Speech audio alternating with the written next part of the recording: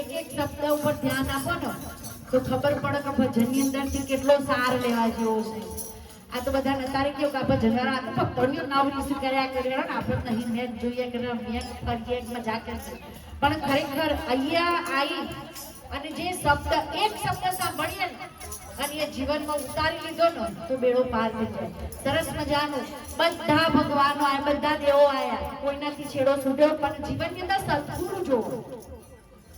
ગુરુ વિના આપણે બધા નુઘરા કહેવાય. ગુરુ તો જોવો જોવો ને જોવો, ગુરુ વિના કોઈને ઉદ્ધાર થશે.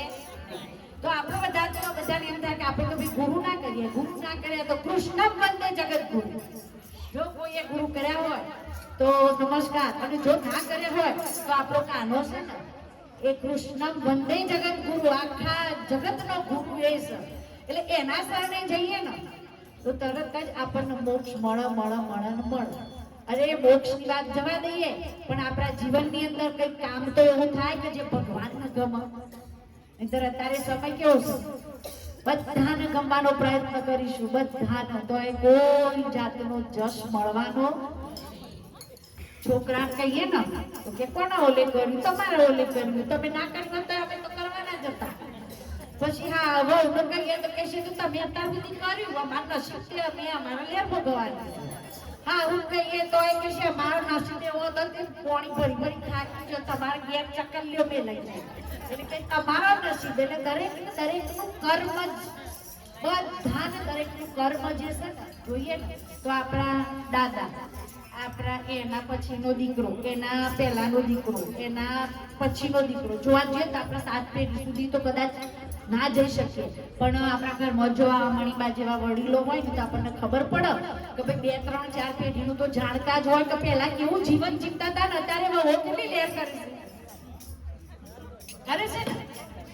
દરેકની વહુ કેટલી લેર, આગળ બેસવો નહીં, ખેતરમાં વાઢવા જવાનું નહીં, ઢોરોનું કામ નહીં. અત્યાર સુધી કર્યું એટલું કર્યું, પણ અત્યારનો સમય તો જુઓ. પણ આપણા યુગ જુઓ, દ્વાપર, ત્રેતા, સતયુગ અને કળિયુગ, આ 4 યુગની અંદર, પેલા 3 યુગની અંદર જેટલું સત્કર્મ કર્યું છે ને, કેટલા યજ્ઞો કર્યા છે, બ્રાહ્મણોએ કર્યા, ઋષિ મુનિઓએ કર્યા, એ અઢળક તપ કર્યું છે તો એટલું ફળ મળશે નહીં. એટલું શાસ્ત્રમાં કીધેલું છે કે આ કરાર કળિયુગની અંદર જો તમે ભક્તિ કરશો ને તો પેલા 3 યુગ કરતા 7 ગણું ફળ મળશે. આપણે ફળની આશા રાખવી, પણ સત્કર્મ કરીને અને છૂટા થવાનું. આપણે જોઈએ કે સરસ મજાના બંગલા બનાયા, બધી મિલકતો વસાઈ, પણ કોને ખબર કેટલું ભોગવવાના છીએ. જો જેટલા અહીંયા બેઠા છીએ એટલા બધા અત્યાર સુધીનું તો ભોગવી લીધું. અહીંયા આપણો બધો વર્ગ જે બેઠો છે બધાએ આજ સુધી ભોગવી લીધું, પણ કોને ખબર કાલે કેવો દિવસ ઉઠવાનો છે, કોઈને ખબર છે? સરસ મજાનો આપણે વાતો કરતા કે કાલે તો કેવો સરસ ભજન, 12 વાગ્યા સુધી તો ભજન કર્યો, કાલ તો આવ્યો ને તો મરી ગયો, ભગવાનના જોડે જતો રહ્યો.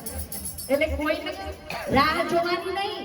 નહીંતર તો અત્યારે ઘણા વડીલો બેઠા છે તો ઘણી આવો છો તો એ કહેશે કે હજુ તો વાર છે, અત્યારે થોડી ભજન વાળી ઘરનો કામ કરો, પૈસા ભેગા કરો પછી ભજન કરજો. પણ પૈસો ભેગો કરવા કોને ખબર આપણે રહ્યો કે ના રહ્યો, એ કરવાનું, એ નહીં કરવાનું, એ નહીં, એ કોણ કરીને આપશે આપણને? આપણા જાતે જ કરવું પડશે. એ કરતા થોડો ઘણો ટાઈમ જો ભગવાન તો કે છે જળ મેં આપ્યું, ફૂલ મેં આપ્યા, ફળ મેં આપ્યા, અને એ મારું જ આપ્યું, તું મને અર્પણ કર્યું છે, એમાં તારી નવાઈ શું છે? સૂર્યનારાયણ જળ ચડાવવાનો કોઈને આટલાથી નિર્ણય લીધો હોય તો સવારે જળ ચડાવ્યા વગર હું તો ચાની રકાબી મોઢે નહીં મેળવી, પણ જો પાણી જ ના હોય તો પાણી ના તો શું હાલત થાય? એ નિયમ તૂટે કે ના તૂટે ને? ફૂલ ચડાવવા હોય, ફળ શું? જો આ બધું જે છે ને એનું ને એનું એને આપીએ છે ને એટલે એમાં કોઈ નવાઈ કરતો નથી, પણ એનાથી બીજું શું જોઈએ છે? એને તમારો સમય જોવો છે. સમય, ભગવાન કે તારો જીવન જીવવા માટેનો કિંમતી સમય છે ને, એ સમય જો તું મારા માટે કાઢે ને એ મને પ્રિય છે. તો આજે આપણે આટલા બેઠા છીએ, થોડા તો કિસ્મત વાળા છીએ કે આજે ભલે ગમે તે ભાવે કમાવે આરતીબેનને આમંત્રણ આપ્યું તો ચલો ને હેડો ને, નહીં જઈએ તો ખોટું લાગશે. અને લાલાએ આપ્યું છે કે જવું પડે, જયંતિભાઈ આપ્યું છે કે જવું પડે, કલાક લઈને આપવાનું છું. પણ ભાવે ક ભાવે પણ અહીંયા સત્સંગમાં આયા ને એટલે આપણો સમય ભગવાન નોંધો. આજે સામાન્ય દીકરો હોય ને, દીકરો બે દીકરા હોય, એક દીકરો કે મારી માં બહુ સારી, મારી માં બહુ સારી, અને પેલો બીજો હોય ને એ રે કોઈ દિવસ ગુણગાન ગાતોય ના હોય, માં મારી માં બહુ હારી એવું કહેતોય ના હોય. તો માં છે ને એ કોને કામ બતાવશે?